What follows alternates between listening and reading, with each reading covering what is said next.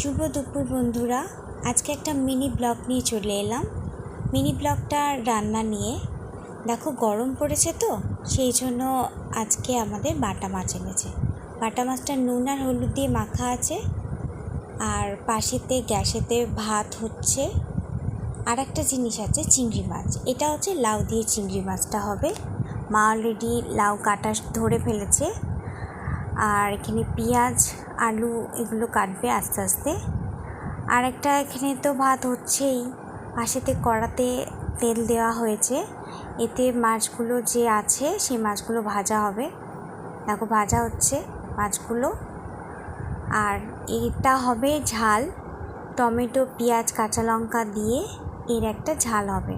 তো পাশেতে পেস্টটা করা হয়ে গেছে, মা লাউ চিংড়ির আলু কাটছে।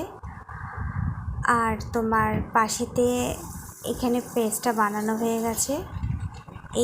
এবার এই পেস্টটাতে জল দিয়ে মাছ দেওয়া হবে। দেখো ঝাল হয়ে গেছে। এবার ফাইনালি রান্নাটা দেখো তোমাদের। ভাত, এটা হচ্ছে বাটা মাছের ঝাল, এটা হচ্ছে লাউ চিংড়ি আর বাটা মাছ ভাজা। ভালো লাগলে please like comment share. Tata.